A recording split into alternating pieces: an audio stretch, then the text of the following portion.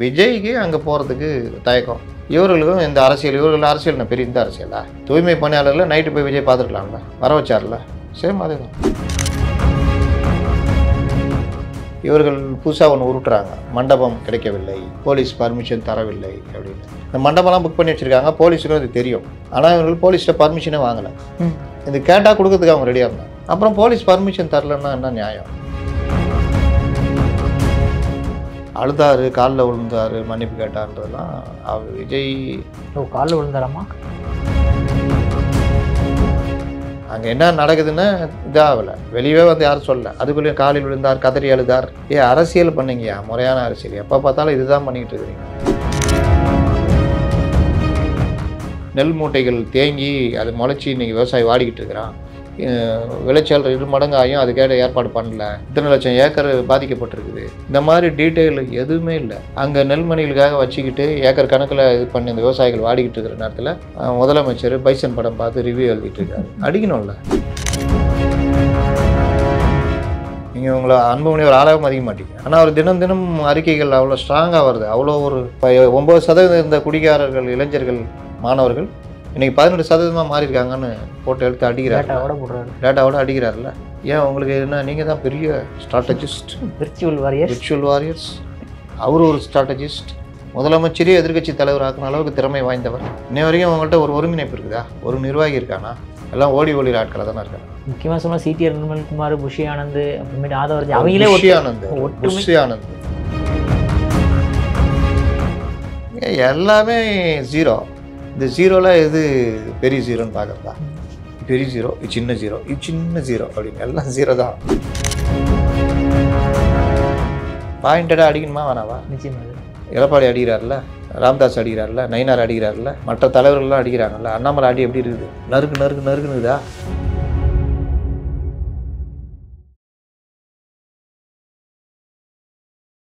இளையபாரத நேயர்களுக்கு வணக்கம். இன்றைக்கி நம்ம நேர்களில் நம்ம சிறப்பு விருந்தினர் மூத்த பத்திரிகையாளரான அப்துல் முத்தலிப் சார் அவர்கள் தான். சார் வணக்கம் சார். வணக்கம் சார். விஜய் அவர்கள் வந்து இப்போது பனையூரில் இருந்து மீட் பண்ணுறதை விட்டுட்டு இப்போ வந்து ஹோட்டலில் வச்சு மீட் பண்ணுற அளவுக்கு கொஞ்சம் வளர்ச்சி அடைஞ்சிருக்கிறதா எல்லாருமே பேசிக்கிறாங்க. இவர் பார்த்தது வந்து மக்களில் வந்து நேரடியாக பார்க்க முடியலனாலும் இங்கே ஹோட்டலை வச்சு பார்த்தது சரியா? அவங்க 361 கிலோமீட்டர் வந்தாங்க, இவர் 38 கிலோமீட்டர் வந்தார். சரியா பேசிங்களா? அது கார்த்தி சிதம்பரம் கூட போட்டிருக்காரு.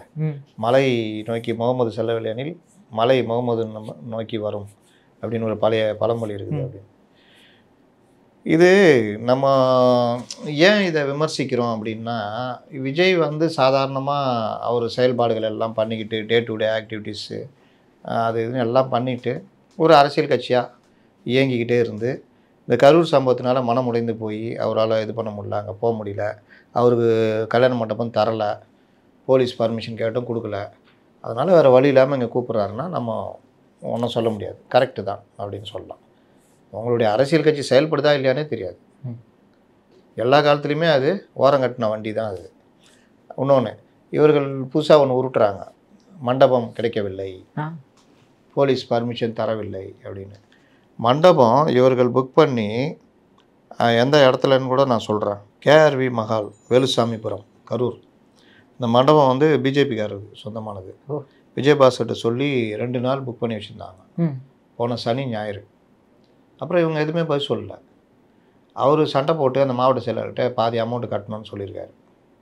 இன்னொரு மண்டபம் எஸ்கேபி மஹால், திண்டுக்கல் பைபாஸ் ரோட்டில் இருக்குது. அதுவும் ஒரு இதுக்காக பாதுகாப்புக்கு வச்சுருந்துருக்காங்க, இங்கே கிடைக்கலனா அங்கே போகலான்னு. ஆனால் போலீஸு இவர்கள் எந்த இதுவும் இல்லை. இந்த மண்டபம்லாம் புக் பண்ணி வச்சுருக்காங்க, போலீஸுக்கும் அது தெரியும். நமக்கு வந்து தகவல் போலீஸ் சைடில் இருந்தால் தெரியும். ஆனால் இவர்கள் போலீஸ்கிட்ட பர்மிஷனே வாங்கலை. இது கேட்டால் கொடுக்கறதுக்கு அவங்க ரெடியாக இருந்தாங்க. அப்புறம் போலீஸ் பர்மிஷன் தரலன்னா என்ன நியாயம்? இவர்கள் எவ்வளோ அவங்கள மற்ற கட்சிகள் மாதிரி இவங்களும் இருக்காங்க பாருங்கள். நீங்கள் முதல்ல டிஜிபி போய் பார்த்தீங்க, டிஜிபி அங்கே போய் பாருங்கள், மாவட்ட எஸ்பிகிட்ட போய் பர்மிஷன் வாங்கிங்க, அதுதான் கரெக்டு. ஜாமீன் பண்ணி உச்சநீதிமன்றத்தில் கேட்டால் உச்சநீதிமன்றம் சொல்லலாம், ஹைகோர்ட்டில் கேட்டு வாங்கினியா, அங்கே ரிஜெக்ட் பண்ணாங்களா, இல்லை அங்கே போகவே இல்லை, போ அங்கே போய் கேளு, அங்கே ரிஜெக்ட் ஆகி ஏதாவது பிரச்சனைனா என்கிட்ட வா, அப்படி தான் எப்போவுமே பண்ணுவாங்க. அதே மாதிரி டிஜிபி வந்து நேராக பர்மிஷன் கிராண்டட்லாம் பண்ண மாட்டார், அந்த மாவட்ட எஸ்பிகிட்ட தான் வாங்கணும். அது எந்த கட்சியாக இருந்தாலும் யாராக இருந்தாலும் அதான் நடைமுறை. நீங்கள் போய் வாங்கிக்கிங்கன்ட்டாங்க. இவர்களுக்கு என்னென்னா கேட்டால் கொடுத்துருங்கன்றது தான். ஏன்னா இந்த விஷயத்துலேயும் அரசியல் பண்ணால் சிக்கலாகிடும்னு திமுகவுக்கு தெரிஞ்சு போச்சு. அதனால் கேட்டால் கொடுத்துருக்காங்க. மண்டபம் மட்டும் கொடுக்க விடாமலாம் பண்ணிக்கிட்டுலாம் இருந்தாங்க. இவர் விஜயபாஸ்கர்லாம் தலையிட்டு அண்ணாமலை கூட பேசினார், ஞாபகம் இருக்குதா? பிஜேபி நம்ம ஆட்கள்கிட்ட மண்டபம் இருந்தால் கேட்டால் கொடுங்க அப்படின்னு சொல்லிட்டு. அந்த அடிப்படையில் அந்த இது அப்போ நீங்கள் மண்டபத்தையும் வாங்கிட்டு 2 நாள் லாக் பண்ணி வச்சுட்டு முகூர்த்த நேரம் அவரையும் எங்கேயும் கல்யாணத்துக்கும் கொடுக்காம உங்களுக்காக தான் வச்சுருந்துருக்காங்க. எந்த பதிலும் சொல்லாமல் இருந்தால் கூட்ட சேர்த்து மாவட்ட செயலர் கோத்து விட்டீங்க. இப்போ எங்கள் ஆளுங்களை கூப்பிட்டு வந்துட்டு மண்டபம் கிடைக்கல, இது கிடைக்கலன்னு அதிகாரப்பூர்வமாக சொல்லுங்கள் பார்ப்போம். எங்கேயா சொல்லியிருக்காங்களா? இல்லை. அப்போ இந்த செய்தி தொடர்பாகலாம் வேறு வழி இல்லை. என்ன பண்ணுறது? எதாவது ஒன்று வளரி வைக்கணும். தான் நம்ம இப்போ பேப்பர்லலாம் எழுதுறாங்களே, எதையாவது ஒன்று 50 தொகுதிகள் எடப்பாடி கூட மேடை ஏற மாட்டாராம். சொன்னாரா அவன்கிட்ட வந்து விஜய், எடப்பாடி கூட மேடை ஏற மாட்டேன்னு. இந்த மாதிரி உருட்டுகளில் பல வகையில் இந்த உருட்டு. அதனால் இவர்களுக்கு வந்து விஜய்க்கு அங்கே போகிறதுக்கு தயக்கம். இவர்களுக்கும் இந்த அரசியல், இவர்கள் அரசியல் பெரிய இந்த அரசியலா? தூய்மை பணியாளர்களில் நைட்டு போய் விஜய் பார்த்துருக்கலாம்ல, வர வச்சார்ல, சேம் அதே தான். அதனால் இவர்கள் அரசியலை மாற்றிக்காத வரைக்கும் உங்களுக்கு மக்கள் ஆதரவுலாம் இருக்குது. நாளைக்கே என்டிஏ கூட்டணிக்கு போனீங்கன்னா உங்களுக்கு ஒரு 30-40 எம்எல்ஏ கிடச்சிருவாங்க. ஆனால் அரசியல் பண்ணணும். அப்போவும் நீங்கள் அதுக்கு பிறகும் எதிர்கட்சி தலைவராக ஒரு வேலை இல்லை டெபுட்டி சீஃப் மினிஸ்டராக உட்காண்டிங்கன்னா கூட இதே மாதிரி நான் உட்காந்துக்குவேன், எந்த அரசியலும் பண்ண மாட்டேன், இல்லாட்டி வழக்கமான இதே மாதிரி எலைட் அரசியல் மட்டும் பண்ணுவேன், யாரை பற்றியும் கண்டுக்க மாட்டேன் அப்படின்ற மாதிரிலாம் பண்ணால் காணா போயிடுவார். மக்கள் வந்து எல்லா டைம்லையும் அப்படியே நேசித்து இதெல்லாம் பண்ண மாட்டாங்க. பிடிக்கலன்னா தூக்கி வாரம் போட்டுருவாங்க. சொன்ன மாதிரி சார், ரமேஷ் அப்படின்ற இறந்தரோட உறவினர் கூட வந்து எனக்கு காசு வேணாம் அப்படின்னு திருப்பி அனுப்பின விஷயங்கள்லாமும் இப்போ வர ஆரம்பிச்சிருச்சு சார் இது. பட் ஆனால் இப்போ அவர் வந்து காலையிலேருந்து ஈவினிங் வரைக்குமே வந்து தன்னுடைய சோகத்தை துக்கத்தை எல்லாத்தையுமே வந்து ஷேர் பண்ணியிருக்காரு சார். இது ஒரு பெரிய விஷயமா பார்க்கலாமே நம்ம. அது நடிகருங்க, நடிகர். அவர் 20 வயசுலேருந்து நடிச்சிட்டு இருக்காரு, 18 வயசுலேருந்து நடிச்சிட்டு இருக்காரு. இதெல்லாம் அவருக்கு ஒரு பெரிய விஷயம் கிடையாது. இன்னொன்று, துக்கமும் அடைந்தவர்களை நேரடியாக பார்க்கும் பொழுது நமக்கும் ஒரு இது வரும், ஆட்டோமேட்டிக்காக ஒரு உருக்கம் வரும். அது அழுதாரு, காலில் விழுந்தாரு, மன்னிப்பு கேட்டான்றதெல்லாம் அவர் விஜய் காலில் விழுந்தாராமா சொல்கிறாங்களே, பேட்டியில் சொல்கிறாங்களே. ஒரு பெரியவர் சொல்கிறாரு காலில் விழுந்துட்டாரு, அழுதாரு. நான் கூட நம்மள விஜய்க்கு தெரியுமான்னு போடலான்னு பார்த்தேன். இதுலேயுமா எங்களை போட்டு நோக்கடிக்கிறேன்னு வாங்க. சரி ரைட்டு, நம்ம எதுக்கு அதில் நமக்கு மாறுபட்ட கருத்து கிடையாது. நீங்கள் பண்ணுற அரசியல் தான் எங்களுக்கு பிரச்சனை. நல்லா அரசியல் பண்ணுங்கள், வேகமாக பண்ணுங்கன்னு. அது பண்ண மாட்டோம். நாங்கள் எல்லாத்துலேயுமே இப்படி தான் இருப்போம்னா நம்ம என்ன சொல்ல முடியும்? மற்றவர்கள் மாதிரி அந்த துட்டு வாங்கிட்டதுனால வர்றாங்க, துட்டு வாங்கினதுனால விஜய்க்கு ஆதரவாக பேசுகிறாங்கன்ற மாதிரிலாம் கொச்சைப்படுத்த விரும்பலை. ஒரு உயிர் இழப்புக்கு 20 லட்ச ரூபாலாம் ஒரு மேட்டரே கிடையாது. அது ஈடே ஆகாது. அதை போய் இவங்க வீட்டில் ஒரு சாவு வந்தால் பேசுவானா? அந்த மாதிரி பல பேர் பேசிக்கிட்டு இருக்காங்க. என்ன தான் கட்சி மாற்று கட்சி விஜய் பிடிக்கலனா கூட இப்படிலாம் பேசக்கூடாது. இன்னொன்று, விஜய் வந்து தான் ஏதோ செய்யணும்னு சொல்லிட்டு ஒரு 20 லட்ச ரூபா கொடுக்குறாருன்னா அதையும் கொச்சப்படுத்தக்கூடாது. நம்ம செய்யணும்னு நம்ம அந்த இடத்துல என்ன வைக்கலாம்? இதுக்கு முன்னாடி செத்தவங்களுக்கு ஏன் கொடுக்கலன்னு கேட்கலாம். நம்ம மூலிமா அவங்களுக்கும் எதாவது கிடச்சிதுன்னா இதாக இருக்கும். உண்மையிலேயே இவர்களுக்கு அந்த எண்ணம் இருக்குது, இறந்தவர்களுக்காக நான் வந்து மனசு வருந்துறேன் அப்படின்னா இதுக்கு முன்னாடி இறந்தவர்களுக்கும் அவர்கள் செஞ்சுருக்கணும். இது வரைக்கும் ஒருத்தர் கூட செஞ்சதில்லை. சஜி நான் திரும்ப பேசியிருக்கேன், ஞாபகம் இருக்கா? இவர் கட்சிக்காக, இவர் மன்றத்துக்காக 25 வருஷம் உழைச்ச ஒரு மாவட்ட செயலாளர். அவர் வீட்டுக்கு கூட விஜய் போகல, அவர் சாவில் கூட பார்க்கல, அந்த குடும்பத்தை கூப்பிட்டு கூட ஒரு எதுவும் ஹெல்ப் பண்ணல. மன்றத்து அந்த மாநாட்டில் கூட சஜி அரங்கம் இந்த மாதிரிலாம் வச்சாதானுங்க. நம்ம கட்சியில் ஒருத்தர் இருந்தார், மாவட்ட செயலாளர் இருந்தார், இறந்து போனார். கட்சி மறக்கலை, பாருங்க மாநாட்டுக்கு அவர் பேர் வச்சுருக்காங்க. நாளைக்கு நம்மளும் உழைச்சோன்னா நமக்கு இந்த அங்கீகாரம் இருக்கும் அப்படின்னு தொண்டர்களுக்கு ஒரு இது வரும். இங்கே என்னென்னா எல்லாருமே விஜய ரசிகர்களாக பார்த்து விரும்புகிறாங்க, தலைவரும் விரும்புகிறாங்கன்னா அதுக்கும் நீங்கள் ஒரு லெவல் வரைக்கும் தான். அடுத்த படிலாம் போனோன்னா அந்த உணர்வோடு உயிரோடு கலந்துருக்கணும். அது இவர்கள்ட்ட அந்த எலைட்டு இவங்கக்கிட்ட அந்த இது கிடையாது. செத்து போயிட்டான்னா இப்போ வந்த செத்த அதுக்கு நாங்கள் என்ன பண்ணுறது? அந்த மனநிலை. அதனால தான் இதுக்கு முன்னாடி இறந்த யார் நேற்று அந்த விக்கிரவாண்டி மாநாடுடைய ஓராண்டு இல்லை, 2 பேர் இறந்து போனாங்களா மாவட்ட நிர்வாகிகள். என்ன பண்ணீங்க? அவங்களுக்கு நிதி அறிவித்து இரங்கல் கூட்டம் நடத்தி அந்த ஃபேமிலியை வர வச்சு விஜய் கையால் அந்த படத்தை திறந்து மாலை போட்டு அந்த ஃபேமிலி ஆட்களுக்கு உங்களோட எப்போவும் துணை நிற்பாங்கன்னு சொல்லிட்டு ஒரு நிதி உதவி கொடுத்தால் கீழே உழைக்கிறவனுக்கு நல்லாயிருக்கும். அதுதான் ஒரு கட்சியுடைய செயல்பாடு. அப்போல்லாம் நீங்கள் செய்யவே இல்லையே. எவ்வளோ பேர் எவ்வளோ விஷயங்கள் பேசணும். சஜி மேட்ரு பேச திட்ட தான் செஞ்சாங்க. என்னெல்லாம் செஞ்சாரான்னு கேட்டால் செய்யலைன்னாங்க. இப்போ மட்டும் என்ன 41 மேலே? அப்போ எப்படி நமக்கு தோணும்? இதில் மாட்டிக்கிட்ட அதுக்காக 41 பேருக்கு செய்கிறேன். இதுக்கு முன்னாடிலாம் நீ ரொம்ப தெம்பாக இருந்த, அதனால் யாருக்குமே செய்யலை. கரெக்டா? மதுரை மாநாட்டில் ஷாக் அடிச்சு செத்தான் ஒரு பையன், ஒருத்தர் ஹார்ட் அட்டாக்கில் செத்தார், அப்புறம் திருச்சி விக்கிரவாண்டி அது இதுன்னு இவ்வளோ இருக்குது. குறைஞ்சது ஒரு 10-15 பேர் இருப்பாங்க. அந்த கார் கூட கார் வாங்கி கொடுத்தாங்களா தெரியாது. ஆமாம் சார். அது என்னாச்சுன்னு தெரியாது. அந்த பையன் அப்படியே இதாகிட்டான். அப்போ அது கூட ஒரு சிறு நிகழ்ச்சியாக நடத்தி அந்த மாவட்ட செயலாளர் தலைமை கழகத்திலேருந்து அவருக்கு 20 லட்ச ரூபான்னு செக்கு கொடுத்துருக்கு. அதை அவர் ஒரு நிகழ்ச்சி மாதிரி அவருக்கு அந்த டிரைவருக்கு கொடுத்தா அதுதான் ஸ்கோர் பண்ணுறது. நாளைக்கு நம்ம இப்போ கேட்டோம், இப்போ சும்மானா சொல்லுவானுங்க, ஏய் தெரியுமா அவனுக்கு கொடுத்தாரு தெரியுமான்னு. உனக்கு தெரியுமான்னு கேட்டால் தெரியாது. உனக்கு தெரியுமா சஜிக்கு பண்ணாருன்னு என்கிட்ட வந்து உருட்டின்னு இருக்காங்க. நான் அந்த ஃபேமிலி முறைக்கொண்டு எல்லோரும் கேட்குறேன், சார் ஒன்றுமே பண்ணலன்றாங்க. அப்புறம் என்ன, யாருக்கு பண்ணீங்க? சஜியை எப்படி மதிக்கணும்? மாவட்ட நிர்வாகி அவர், மாநில லெவலில் ஒரு தலைவரில் ஒருத்தர், அவர் இறந்து போயிட்டார். நாளைக்கு இதே தானே எல்லாருக்கும் நடக்கும். அப்போ உணர்வோடும் ரத்தத்தோடும் சகோதர சகோதரிகளே, நண்பா நண்பி ப்ரோ, அதுக்கெல்லாம் என்ன அர்த்தம்? அப்போ நீங்கள் வெறுமனே இந்த 41 குடும்பத்துக்கு மட்டும் பண்ணுறதை வச்சுட்டுலாம் ஸ்கோர் பண்ண முடியாது. அரசியல் இது கிடையாது. இது நாளைக்கு மறந்துடுவாங்க, இது கடந்து போயிடுவாங்க. ஏன் பனையூருக்கு வர வச்சாருன்னு. நாளைக்கே விஜய் இறங்கி ஆக்டிவ் அரசியல்வாதியாக டெய்லி சந்திக்கிறது அது இதுன்னு போனார்னா இப்போ சொன்ன எந்த குற்றச்சாட்டும் நிற்காது, எல்லாம் உடஞ்சி போயிடும். அதனால் இவர்கள் அதை பற்றி கவலைப்படலன்றேன். இதை உடைக்கணும், இதை மீறணும். இன்றைக்கி அறிக்கை கூட பாருங்கள், இந்த விவசாயிகள் சம்மந்தமாக அப்படியே பல்வேறு திட்டங்கள், பல்வேறு நலப்பணிகள், ஏராளமான இது அந்த மாதிரி டைப்பில் தான் இருக்குது. ஒரு ஆத்தென்டிக்காக இந்த மாதிரி பண்ணிங்க, இந்த காரணம் நெல் கொள்முதல் நிலையங்களை அதிகப்படுத்தலை, நெல் மூட்டைகள் தேங்கி அது முளைச்சி இன்றைக்கி விவசாயி வாடிக்கிட்டு இருக்கிறான், விளைச்சல் 2 மடங்கு ஆகியும் அதுக்கேட்ட ஏற்பாடு பண்ணல, இத்தனை லட்சம் ஏக்கர் பாதிக்கப்பட்டிருக்குது, இந்த மாதிரி டீட்டெயில் எதுவுமே இல்லை. அங்கே நெல்மணிகளுக்காக வச்சுக்கிட்டு ஏக்கர் கணக்கில் இது பண்ணி அந்த விவசாயிகள் வாடிக்கிட்டு இருக்கிற நேரத்தில் முதலமைச்சர் பைசன் படம் பார்த்து ரிவ்யூ எழுதிட்டு இருக்காரு. அடிக்கணும்ல, தைரியம் இருக்கா? இல்லை. அப்போ அதுக்கு முன்னாடி இருந்தாலும் வெத்து தைரியமா? தைரியன்றது எல்லா டைம்லையும் இருக்கணும். நீங்கள் அது வந்து அவரை முதலமைச்சரை கேவலமாக பேசணும்னு அவசியம் கிடையாது. விமர்சனம் வைக்கலாம். அங்கே வாடிக்கிட்டு இருக்கிறாங்க, நீங்கள் இங்கே படம் பார்க்குறீங்க.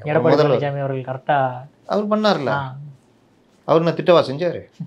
அந்த பயிர்களை பிடிக்க வேண்டிய கைகள் சினிமாக்காரர்கள் கைகளை பிடித்து கொண்டு இருக்கிறதுன்னாரு. சரியான விமர்சனமா இல்லையா? அதுக்கு இவங்க பதில் என்ன சொன்னாங்க? டேபிள் கீழே தவழ்ந்த பாடி, யோ உடியா எப்போ கூட என்ன சொல்லுவான், யோ உடியா எப்போ பார்த்தாலும் தவழ்ந்த பாடி அந்த டேபிள் கீழே போனார்னு. அதனால கேட்குது பதில் சொல்லியா? சும்மா இதையே சொல்லுங்கிறேன். வந்துடுமா வந்துடாதா? இதுக்கு இதுதான் இவர்களுடைய இது. என்னென்னா ஆள் இஷ்டத்துக்கு வாய்களை வச்சுக்கிட்டு பொய் பரப்புறது எல்லாம் பண்ணுறது. அதை அடிக்கணும்னா கரெக்டாக இப்போ அன்புமணி ராமதாஸ் அறிக்கை, நேற்று கூட ஒரு அறிக்கை, 34,000 மூட்டைகள் லாரியிலேயே முளைச்சி போச்சு அப்படின்னு. ஏன் நீங்கள் உங்கள் மாவட்ட செயலர்கிட்ட கேட்டு வாங்கி கொடுக்க முடியாதா? அப்போ தெரியுதா இவர்களுடைய கட்டமைப்பு ஒன்றுமே இல்லைன்னு. இப்போ வரைக்கும் பணம் செலவு பண்ணுறாங்க, அதனால யாருக்கு யூஸ் இல்லையே? இல்லை, ஒரு அறிக்கை கூட வாங்கி விட முடியலையே. ஏன் அன்புமணிக்கு மட்டும்? இவங்களோட பெரிய ஆளா அன்புமணி? நீங்கள் இவங்கள அன்புமணி ஒரு ஆளாக மதிக்க மாட்டீங்க. ஆனால் அவர் தினம் தினம் அறிக்கைகள் அவ்வளோ ஸ்ட்ராங்காக வருது. அவ்வளோ ஒரு இப்போ 9% இருந்த குடிகாரர்கள், இளைஞர்கள், மாணவர்கள் இன்றைக்கி 18% மாறியிருக்காங்கன்னு போட்டு எடுத்து அடிக்கிறார், டேட்டாவோட அடிக்கிறார்ல.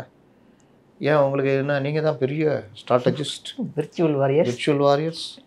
அவர் ஒரு ஸ்ட்ராட்டஜிஸ்ட், முதலமைச்சரே எதிர்கட்சி தலைவர் ஆக்கின அளவுக்கு திறமை வாய்ந்தவர். தெரியும்ல, நம்ம இவர் முதலமைச்சர் வந்தார் சித்தராமையா, இவரை கூப்பிட்டு வேலைக்கு வச்சார், எதிர்கட்சி தலைவர் ஆகிட்டு வந்துட்டார். அப்படிப்பட்ட திறமை வாய்ந்த ஜான் ஒரு 5-6 பேரை பிடிச்சி வச்சுக்கிட்டு அங்கே என்ன நடக்குதுன்னு இதாகலை, வெளியே வந்து யாரும் சொல்லலை. அதுக்குள்ளேயும் காலில் விழுந்தார், கதறி அழுதார். அரசியல் பண்ணிங்கய்யா, முறையான அரசியல். எப்போ பார்த்தாலும் இதுதான் பண்ணிக்கிட்டு இருக்கிறீங்க. அவர் என்ன நினைக்கிறார், இப்படி போகிறார், விஜய் அப்படி நினைக்கிறார், இப்படி நினைக்கிறார், நிர்வாகிகளிடம் சொல்லிவிட்டார், அதை பண்ண சொன்னார், காங்கிரஸை ஆள் பிடிக்க சொன்னார், எதுவுமே இருக்காது. இந்த ஜான் வந்து சும்மானா கிளப்பி விட்டு இது இது இது இது இதுன்னு சொல்லி விட்டுறது. எங்கேயா சொன்னா, யார் சொன்னான்னு கேட்டால் இருக்காது. இதுலேயே தான் வாழ்ந்துகிட்டு இருக்கிறாங்க. நேற்று கூட யாரோ திட்டியிருந்தாங்க, எப்போ பார்த்தாலும் நீங்கள் இந்த அரசியலில் தான் இருக்கிறீங்க, அதை விட்டு வெளியே வாங்க, நடைமுறை அரசியலுக்கு வாங்க, மக்களுக்கான அரசியலுக்கு வாங்க. அது வராத வரைக்கும் கஷ்டம்தான். இல்லாட்டி நீங்கள் கட்சி ஆரம்பித்த 2 வருஷத்தில் இன்றைக்கி ஒரு பெரிய சக்தியாக இருக்கலாம். ஒரு கரூர் மேட்டிலே உங்களை போட்டு அடின்னு அடித்தோன்னே உக்காந்துக்கிட்டு இன்றைக்கி என்டிஏக்கு போடாமல் யோசிச்சுட்டு இருக்கிறீங்கல்ல. இன்னை வரைக்கும் அவங்கள்ட்ட ஒரு ஒருங்கிணைப்பு இருக்குதா? ஒரு நிர்வாகி இருக்கானா? எல்லாம் ஓடி ஓடி ஆட்களாக தானே இருக்கிறாங்க. முக்கியமாக சொன்னால் சிடிஆர் நிர்மல்குமார், புஷி ஆனந்த், அப்புறமேட்டு ஆதவர்ஜி, அவங்களே புஷி ஆனந்த், புஷி ஆனந்த் புஷ் பண்ணி அவர் எங்கேயா கொண்டு விட்டுற வேண்டியதான். புஷி ஆனந்த் அவர் அவங்களுக்குள்ளேயே ஒற்றுமை இல்லையே சார். அவங்களுக்கு இருக்காது. ஏன்னா இன்செக்யூரிட்டி. புஷிக்கு நம்மளை மீறி எவனாவது கொஞ்சம் சிந்திச்சிட்டானா, நம்மளே ஒன்றும் இல்லை, நம்மளை மீறி ஒருத்தர் சிந்திச்சிட்டானா அவனை உள்ளே விட்டோன்னா, விஜய்க்கு ஏதாவது சிந்திக்க வச்சிட்டானா, அதுதான் பிரச்சனை. ஜானுக்கு ஒப்பந்தம் போட்டிருக்கோம், நல்லா இது பண்ணிகிட்ருக்கோம், நம்ம கையில் தான் கட்சியே இருக்குது, இதை மீறி அவனை விட்டுறக்கூடாது. விஜய் நம்மளை நம்புகிறாரு, நல்லா மிளகா அரைக்கலாம், அவ்வளோதான். விட்டா அடுத்த மேக்கு அப்புறமா மிளகா அரைக்கிறதுக்கு எக்ஸ்டெண்டு, அவ்வளோதான். சார் பாதி முட்டு சந்தை தான் சார் கூட்டு போனேன், முழு முட்டு சந்தை கூட்டு போனோம் சார் அப்படின்னு. அது இவர் என்ன சொல்கிறது, மற்றவர்களை அப்படியே போய்கிட்டு புஷி என்ன நினைக்கிறாரு, ஜான் என்ன நினைக்கிறாரு, நம்ம மேடையில் முன்னாடியே ஏறிட்டோமே அதுக்கு எதாவது புஷி கோச்சிக்க போகிறாரு, நாம் புஷி வணக்கம் வைக்கிறது மாதிரி நம்ம வணக்கம் வச்சிட்டோமே அதுக்கு எதாவது கோச்சிக்க போகிறாரு, புஷி வந்தோன்னே காலில் விழாமல் இருந்துட்டோமே அதுக்கு எதாவது யோசிக்க போகிறாரு, புஷி சேர்ல இருந்து எந்திரிச்சிட்டாரு நம்ம எந்திக்காமல் உட்காந்துருந்தோமே கொஞ்சம் லேட்டாக எழுந்திரிச்சோமே அதுக்கு எதாவது புஷி நினச்சிக்குவாரா. இப்படி தான் இவர்களுடைய மற்ற நிர்வாகிகளுடைய எண்ணம்லாம். அதான் பிரச்சனை. தலைவர் பேசுகிறாரு, எல்லாம் உட்காந்துக்கிறீங்க, சேரை தூக்குங்கடா, எல்லாம் எஞ்சி நில்லுங்க அப்படின்னு. அப்போ இது எந்த காலத்து மனப்பான்மை? 18ஆம் நூற்றாண்டில் இருக்கிறாரு புஷி. காலில் உள்ள இரு செருப்பை கழட்டி நிற்கு, காலில் உள்ள அவங்கள கல்யாணம் ஆகிக்குது, உன்ட்ட ஆசீர்வாதம் அவங்க வந்துக்கிறாங்க, ஜெயிலுக்கு போயிட்டு வந்துக்கிறாங்க, ஜெயிலுக்கு போயிட்டு வந்தது காலில் விழுறாங்க. அவன் வீரன் ஜெயிலுக்கு போயிட்டு வரான், நீ மகா வீரன் ஓடி ஒழிஞ்சிட்ட, அவன் வந்து உன் காலில் விழணும். சார் எப்படி இருக்குது, நல்லா காமெடியில் இது. இதுதான் அந்த கட்சி.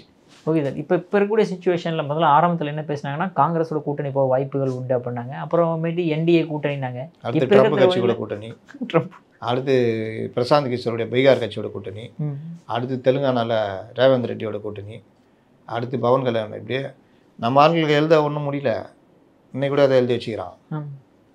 என்டிஏ கூட கூட்டணின்றதை அவங்களால மறுக்க முடியல, அதனால் என்டிஏ கூட கூட்டணி. எடப்பாடியுடன் மேடை ஏற மாட்டார் ஒன்றவன் சொன்னாரா விஜய், எடப்பாடியுடன் மேடை ஏற மாட்டேன். இந்த மாதிரி உருட்டாது, இதே உருட்டு தான். போன வாரம் என்ன உருட்டுனாங்கன்னா காங்கிரஸுடன் கூட்டணி, கைகோர்க்கிறார் ராகுலுடன் கைகோர்ப்பு அப்படின்னு. அதோட ஒரு பத்திரிக்கை ஃப்ரண்ட் பேஜில் காங்கிரஸ் நிர்வாகிகளை இழுக்க அசைன்மெண்ட், கட்சியினருக்கு விஜய் அசைன்மெண்ட்டு. எத்தனை பேர் கட்சியினர்? மொத்தமே 4 பேர் தாங்கிறான். அதில் ஒருத்தர் தலைமுறை வாட்டி இப்போ தான் வந்துக்கிறாரு, இன்னும் தாடி சேவ் பண்ணல, இன்னும் பண்ணலையே சார் அவர், இன்னும் பண்ணல. அடுத்து ஆதவ அர்ஜுனா, அடுத்து சிடி நிர்மல்குமார், அடுத்து அருண்ராஜை நேர்ந்து விட்டாங்க. ஃபுல்லாக சென்று என்டிடிவி டைம்ஸ் நவ் என்று பேட்டி அளித்து வருவாயாக, ஒரு மண்டலம் வெளியே சுற்றி கொண்டிருப்பாயாக அப்படின்னு அவரை. இவங்கெல்லாம் இப்படி சிடி நிர்மல் நீங்கள் வந்து இந்த மருது இது தேவர் குரு பூஜை இந்த மாதிரி விஷயங்களுக்காக நீ செல்வாயாக அப்படின்னு. புஷி நான் வழக்கமாக காட்டுக்குள்ளே போய் ஒழிஞ்சிக்கோங்க, ரைட் அப்படியே பார்த்துக்கோ, இங்கே யாரையும் உள்ளே விடாமல் பார்த்துக்குவேன், ரைட் கூட ஒருத்தங்கிறாப்புல ஜான் அவரும் பார்த்துக்குவாருங்க, நான் எப்போ கண் அசந்தனா அவர் பார்த்துக்குவார், கட்சியை வழங்காமல் பண்ணுறதுக்கு என்ன வேலையோ நான் அவர் பார்த்துக்குவாருங்க, ரைட்டு. வேறு யார் இருக்கிறா?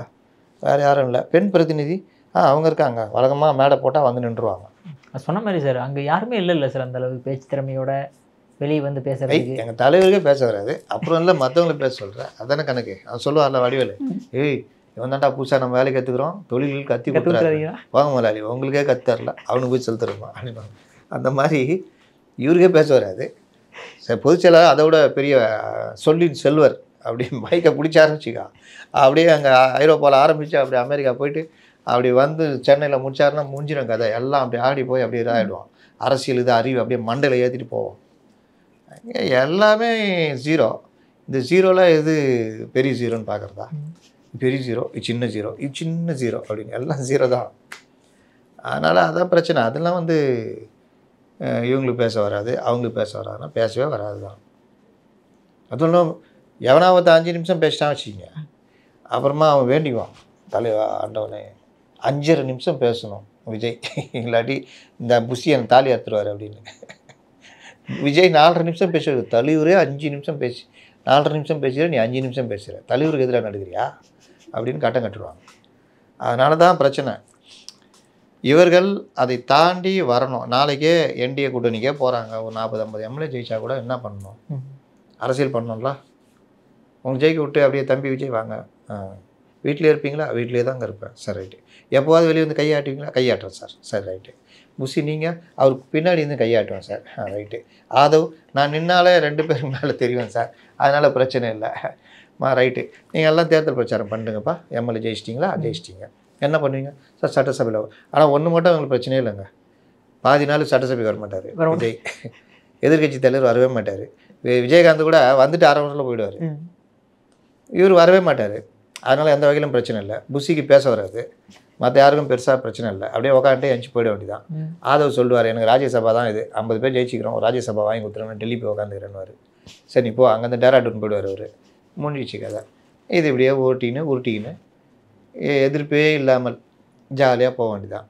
அப்புறம் எம்பி சீட் வரும்போது ஒரு 4-5 எம்பி ஜெயிச்சுட்டு அதுக்கப்புறம் இதே மாதிரி உருட்டிக்கிட்டு நான் தனி கட்சினா அப்போவும் இதே கதை தான். முடிச்சு விட்ருவாங்க. உள்ளே போய் பயன்படுத்திக்கிட்டு அதை வச்சுட்டு நீங்கள் இது பண்ணணும். இப்போ பவன் 22 எம்எல்ஏ துணை முதல்வர் அந்த கட்சியை வளர்க்குற வேலையை பண்ணிகிட்டு இருக்காப்புல. அந்த மாதிரி நீ ஒன்றுலேருந்து அடுத்த ஸ்டெப் நகரணும். நீ இல்லை நகரில் எதுவுமே பண்ண மாட்டோம், நான் இப்படியே தான் இருப்போம், இப்படியே தான் இருக்க வேண்டியதான். அப்போ எப்போ தான் விஜய்க்கு தலைவருக்கான ஒரு குவாலிட்டி வரும் சார்? அது விஜய்கிட்ட தான் கேட்கணும். தினசரி அரசியலை தெரிஞ்சிக்க விரும்பணும், தினசரி அரசியலில் ஈடுபடணும், அதற்கான முயற்சிகள் எடுக்கணும், அதற்கான ஆட்களை தேடி போகணும். அவர் வீட்டில் இதெல்லாம் தெரிஞ்சுக்க மாட்டாருன்னு நினைக்கிறீங்களா? எப்படியும் news paper, TV news, debates எல்லாமே பார்த்துட்டு தான் அப்படிலாம் தெரிஞ்சிருந்தா புஷியை தொத்தி விட்டுருப்பாருங்க. புஷியை ஜானெல்லாம் அடிச்சு தொத்திட்டு இருப்பாப்புல. நான் அதனால தான் நம்புகிறேன் விஜய் எதையும் பார்க்கறதில்ல. பார்த்து ஏங்க விர்ச்சுவல் வாரியர்ஸை போட்டு வெளுன்னு வெளுக்கிறான். அண்ணா விஜய் அண்ணான்னு கடிதம் எழுதிக்கிறான் ஒருத்தன் 3 பக்கம். சூப்பராகுது. நம்ம பல பேட்டிகளில் பேசுனதை கரைச்சி அப்படியே சாறு பிழிஞ்சு அப்படி எடுத்து குத்துறான். கண்டென்ட்டு வச்சு செஞ்சு விட்ருக்கான். அப்போ புதுசாக வந்தவங்க போனவங்க வெளியிலேருந்து ஆதரவு முட்டு கொடுத்தவர்கள் எல்லாம் அவங்கவுங்க தகுதிக்கு ஏற்ற மாதிரி எழுதுகிறாங்க. ஒருத்தன் போடுறான், விஜய்னா நீ மட்டும் இங்கேருந்து அவங்கள கூப்பிட்டா வச்சுக்க, அவள்தானா நான் அவள்தான் அவனை விடமாட்டேன். நான் நினச்சேன் இது ஃபேக் ஐடி போல், அங்கேருந்து செட் பண்ணி விஜய் ரசிகர் மாதிரியே போர்வையில்லைன்னு பார்த்தா உண்மையான விஜய் ரசிகர் தான். பெரும் முட்டுலாம் கொடுத்துருக்கான். அவனாலே தாங்க முடியல. ஆனால் அது அவருக்கு தான் அது பார்த்துருந்தாருன்னா கொஞ்சமாவது மதிப்பார், இது பண்ணுவார். அவர் எதையும் பார்க்கல. பார்த்துருந்தா ஜான்லாம் இருக்க முடியாது, ஜானு புஷிலாம் இருக்க முடியாது. அதனால் அவருக்கு நான் ரொம்ப சிம்பிளாக சொல்கிறேங்க, என்னடா கட்சி டேய் இந்த மாதிரி பிரச்சனை இதை எப்படி எதிர்கொள்றதுன்னு எதுவுமே ஐடியா இல்லையா அப்படின்னு ஒன்று தோணணும். எந்த ஐடியாவுன்னா அவர் விஜய் இப்படியே உட்காந்துருப்பார்,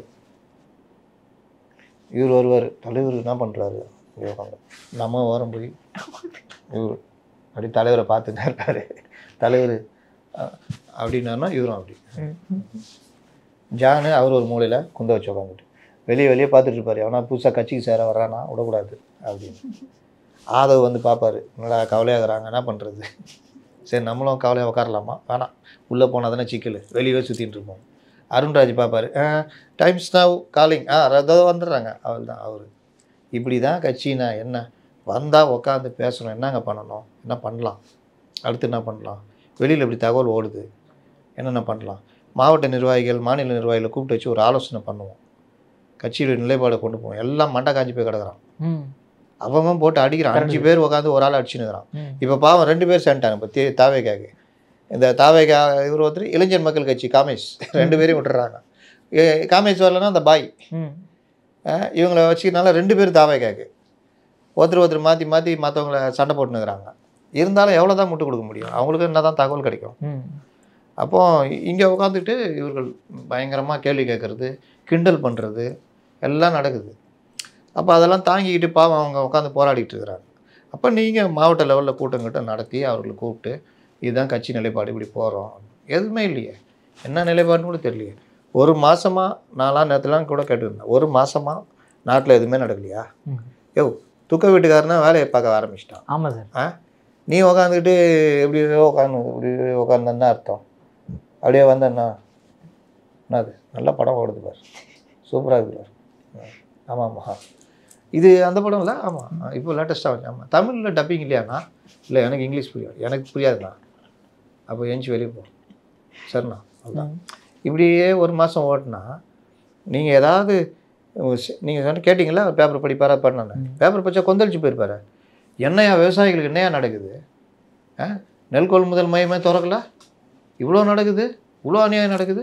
ஒரு பக்கம் அன்புமணி கண்டிச்சிட்ருக்காரு, இன்னொரு பக்கம் இவர் நம்ம புதிய ஆபத் பாந்தவன் எடப்பாடி பழனிசாமி கண்டிச்சிட்ருக்காரு. எல்லாருமே கண்டிக்கிறாங்க, நம்ம ஏன் கம்முன்னு இருக்கோம்? புஷி இங்கே வாங்க, இது என்னது, என்னதுண்ணா தினமலர், இது தினத்தந்தி, அதை கேட்கலையா, அந்த நியூஸை கேட்குறேன். என்ன நியூஸ்ண்ணா? இது கொள்முதல் தானே? ஆமாண்ணா. இல்லையா இந்த மாதிரி இதாக இருக்கே? ஆமாண்ணா. இல்லைப்பா கொள்முதலே பண்ணல, மழை தண்ணல இது. ஆமாண்ணா, மழை பெஞ்சுண்ணா, நெல்லாம் நனைஞ்சிச்சுண்ணா, அதுதான் நான் நினைக்கிறேன். எதுக்கும் நான் வந்து ஆதவிட்ட கேட்டு வரேண்ணா அப்படி. என்ன பண்ணுறது? அப்போ இந்த விவகாரங்கள் எல்லாத்துக்குமே நீங்கள் ஏதாவது அறிக்கை தினசரி கட்சி இயங்குகிற வேலையை பண்ணிக்கிட்டே இருக்கணும்ல. பண்ணலையே. இன்றைக்கி தான் ஒரு அறிக்கை வந்திருக்குது. என்னது? விவசாயிகள் நிலத்தில் உழுகிறார்கள், அவர்கள் பாதிக்கப்பட்டு என்றால் அரசு என்ன செய்து கொண்டிருக்கிறது? மழை பெய்கிறது, பருவகால மழை பெய்கிறது, நெல் மூட்டைகள் நனைந்து விட்டன, நீங்கள் என்ன செய்து கொண்டிருக்கிறீர்கள்? விவசாயி செழித்தால் தான் விவசாயம் செழிக்கும். அது எல்லாம் படாச்சப்பா, படாச்சு, அமிச்சிட அறிக்கை, அவ்வளோதான். என்ன பல்வேறு பிரச்சனைகள், ஏராளமான தகவல்கள், ஏராளமான திட்டங்கள் அப்படின்றாங்கல்ல, அந்த மாதிரி இது பாயிண்டடாக அடிக்கணுமா வேணாவா? நிச்சயமாக. எடப்பாடி அடிக்கிறார்ல, ராம்தாஸ் அடிக்கிறார்ல, நயினார் அடிக்கிறார்ல, மற்ற தலைவர்கள்லாம் அடிக்கிறாங்கல்ல. அண்ணாமலை அடி எப்படி இருக்குது? நறுக்குனுக்குதா? Okay sir. 2026 மாற்றம் வருதான்னு பார்ப்போம் சார். உங்கள் பொன்னான நேரத்தில் இளைய பாரதியார் ஒதுக்குனதுக்கு மிக்க நன்றி சார்.